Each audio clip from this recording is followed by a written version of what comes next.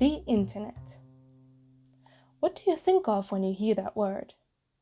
A vast cyberspace of countless possibilities?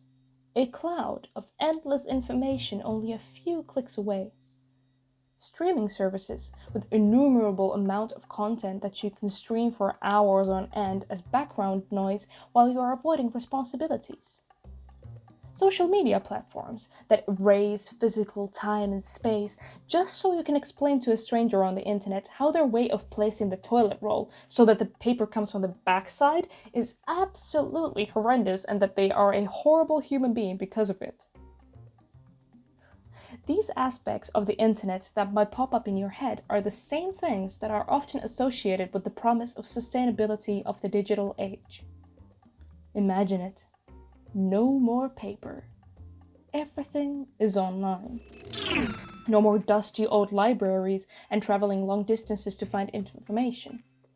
It's all online. No more polluting morning traffic jams. Everybody is joining their meetings from the living room sofa dressed in their underwear. Everybody is online. It is in the cloud. It has been estimated that users connected to digital devices will generate 79.4 zettabytes of data in 2025. 1 zettabyte is equal to a quadrillion books. I can't even understand that number. How can I understand how much it is when it's multiplied by 79.4? But where are these books?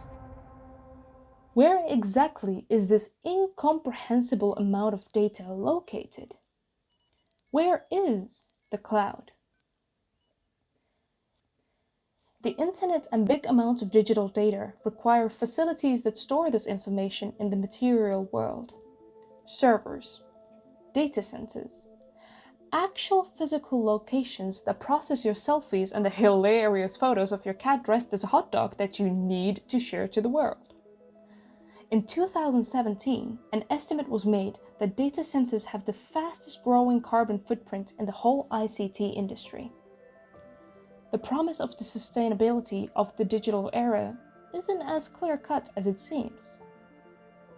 The paperless and traffic jam-free world that we imagine is not a solution to environmental issues. While solving others, it creates new ones.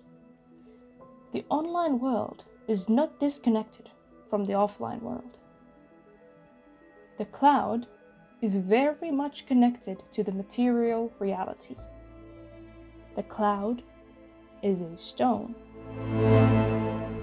Let's look at Netflix and their energy consumption, for example. Netflix is the largest streaming service in the world with over 183 million users worldwide. In 2014, Netflix claimed that streaming an hour of their content generated less carbon emissions than an hour of breathing or reading. In their Environmental, Social and Governance report of 2019, Netflix takes responsibility only for their direct energy use, meaning energy consumption of their offices, studios, and the telecommunications facilities of their own content delivery network. This direct energy use amounts to 94,000 megawatt hours per year. This equals to running 188,000 fridges for a year. According to Netflix, a portion of that direct energy use is from non-renewable sources, but they do not specify what percentage this portion is, nor the types of energy they are using. In the report, the company refuses to take responsibility for their indirect energy use, meaning energy they do not use themselves, but is consumed to deliver Netflix to everyone. This indirect energy use involves the use of servers of other companies like Amazon Web Service and Google Cloud. Netflix states that they do not control this indirect energy footprint and therefore cannot address its efficiencies themselves. This indirect use amounts up to 375,000 megawatt hours of energy used annually. This means 750,000 fridges running for a year. What is more interesting is that each individual viewer's energy consumption needed to power their own laptops, tablets, or internet routers to watch the content is left out completely from the report. It's not even mentioned. The Plantiflix project reports that in fact all Netflix users combined emit as much carbon dioxide in 1 second as driving a car 3.8 times around the world, and in 1 minute, equivalent of running a dryer for 160 years. Since this calculation was done, the subscriber amount of Netflix has only been on the rise.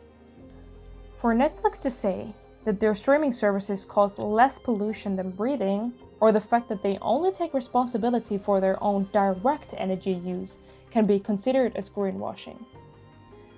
Greenwashing could be described as a kind of marketing strategy. Netflix is spending more time and money increasing their corporate reputation as seemingly environmentally friendly rather than actively directing resources in making their business as sustainable as possible.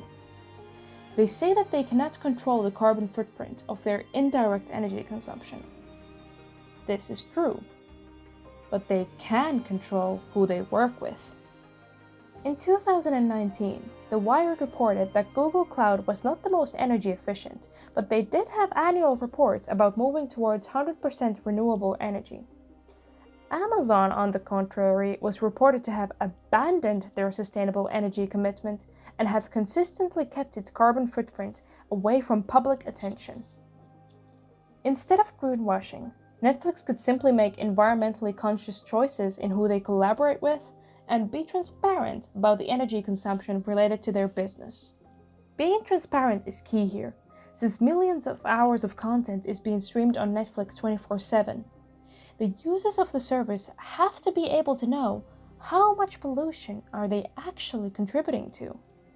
According to Project Plantiflix, an hour of video streaming causes 0.4 kilograms of CO2 emissions. With the subscriber amount of Netflix, this would amount up to 146,000 tons of CO2 released into the atmosphere every day.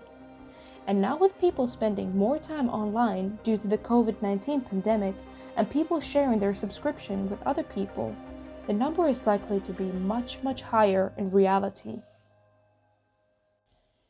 However, there are alternatives to Netflix's approach. Take Facebook, for example, a similar technological giant with almost 3 billion users worldwide. The majority of energy consumption of Facebook comes from its data centers and servers in the US. The annual footprint of an active Facebook user is roughly 3.5 kilograms of CO2 per year, which on a monthly basis equals to the carbon footprint of a cup of coffee. Unlike Netflix, Facebook has reported percentages of where the energy to power its data centers comes from. In 2012, this was 27% from coal, 23% of renewable energy, 17% gas, 13% nuclear, and the remaining 20% was unclassified. Since this report of 2012, Facebook has been sharing similar information on an annual basis. Reports show that the company commits in various ways to the use of renewable energy. Despite of a whopping 146% increase in energy consumption from 2012 to 2019, the percentage of non-renewable energy used by Facebook dropped from 65% to only 14%. Along with moving towards renewable and more sustainable energy, Facebook also carries out other solutions to the issue of conscious energy consumption. For example, the company is placing many of their servers in areas of colder climates, such as the city of Cologne in Ireland or city of Odense in Denmark. Placing the servers into a colder climate requires less energy in cooling down the facilities. In the future, Facebook is joining the Renewable Energy Buyers Alliance. The members of the alliance commit to using 100% renewable energy by 2025. So although just like Netflix, Facebook doesn't comment on the energy consumption of an individual user, they do show how transparency can go a long way in setting sustainable goals for large corporations and ensuring that their users can be conscious of their practices. With these examples of Netflix and Facebook in mind, what could be done to make using internet services more sustainable? Consider that your internet usage is a material process, just like showering or turning on the lights. Do not binge watch series and fall asleep on the couch with Netflix on just so you can stream content to empty walls. Watch content consciously, and when you feel sleepy, turn your devices off and go to bed. Control your use of social media platforms. Don't just mindlessly scroll through your feed out of boredom. Try to use the time in a more productive way instead. Corporations like Netflix and Facebook should make a faster switch to renewable energy as one of the most viable long-term solutions. We should also hold corporations accountable in actually following through their sustainability goals. If they fail, there should be sanctions. Sustainability reports of corporations should be easily accessible. We should all be able to see what a company has promised and what they have actually achieved. But to be honest, most of us won't read policies and reports. Researching for this essay was the first time I have done it in my life. So what is important is how the information about sustainability of the internet is reported by media and for us to be critical about it. Reporting about ICT corporations' energy consumption can be sometimes underestimations or overestimations. In 2019, there were multiple news articles demonizing Netflix about how streaming an hour of content would release 3.2 kilograms of CO2. This research was not peer-reviewed and was spreading false, overestimated info. The correct peer-reviewed number is around 0.4 kilograms of CO2 per hour, previously mentioned in this video. So be responsible and do some fact-checking yourself. Even the most prestigious sources might skip this part.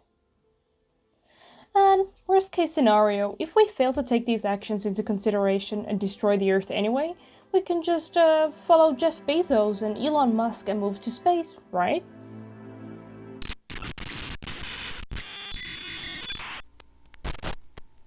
Actually, we have already polluted space too.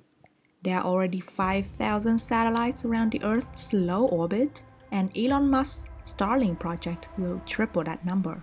If you follow him, you will become a part of Earth's ring of space junk and debris, unless you're interested in a job perspective of a space garbage man. Oh, you gotta be kidding me! Oh,